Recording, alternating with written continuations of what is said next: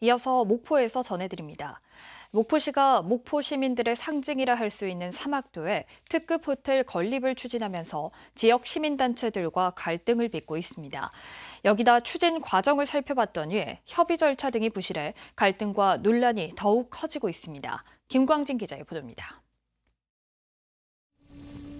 목포시가 호텔 건립을 위해 공모를 추진 중인 목포 사막도입니다. 갈등과 논란의 원인은 목포시가 한국제분 사일로를 철거하는 등 그동안 이곳에 1,400억 원을 들여 지난 20여 년간 복원 사업을 벌였던 곳이기 때문입니다. 시민의 품으로 돌려주겠다던 약속이 하루아침에 관광 활성화를 위한 컨벤션과 호텔 건립 계획으로 바뀌면서 시민단체가 반대에 나선 것입니다.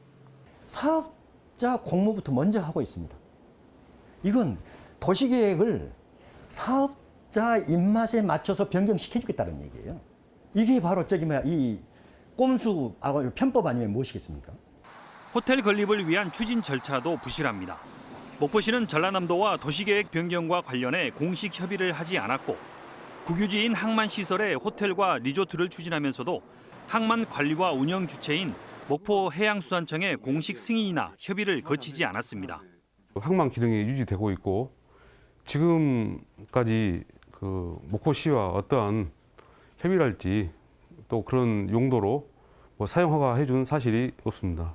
물론 이제 목포시에서 안 했다라고 할 수는 없어요. 그렇지만 이제 지금의 이제 반응들을 이렇게 보면 충분히 하지 못했고 청사진을 조금 더 이렇게 선명하고 우리 목포 발전에 부합하는 그런 형태로 만드는 것이 필요하다.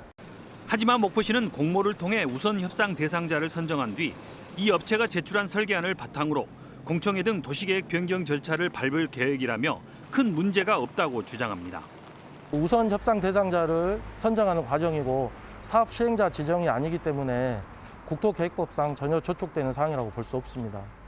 하지만 호텔이 들어서는 사막도 부지는 정부의 항만 기본 계획에 오는 2030년까지는 항만 기능이 유지되는 것으로 돼 있어 목포시의 호텔 추진이 자칫 뜬구름 잡는 것은 아닌지 비판과 논란이 커지고 있습니다.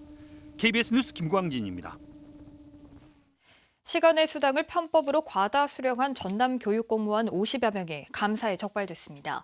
전라남도 교육청은 최근 일선 학교들에 대한 감사를 벌여 영암과 나주의 한 학교 교직원 등 53명이 출퇴근 시간을 시간 외 근무 시간으로 산정하는 등 부당한 방식으로 1,100여만 원을 수령했다며 업무 담당자를 주의 조치하고 시간 외 수당은 환수토록 했다고 밝혔습니다. 목포시가 추가로 건설한 고화도 해상데크를 오늘 개통했습니다. 목포시는 해상데크 738m를 추가 개통해 총 길이가 1km가량으로 늘었으며 이번에 설치한 해상데크에서는 일제가 1940년대에 설치한 해안 동굴을 바다 위에서 관람할 수 있게 됐다고 밝혔습니다. 지금까지 목포에서 전해드렸습니다.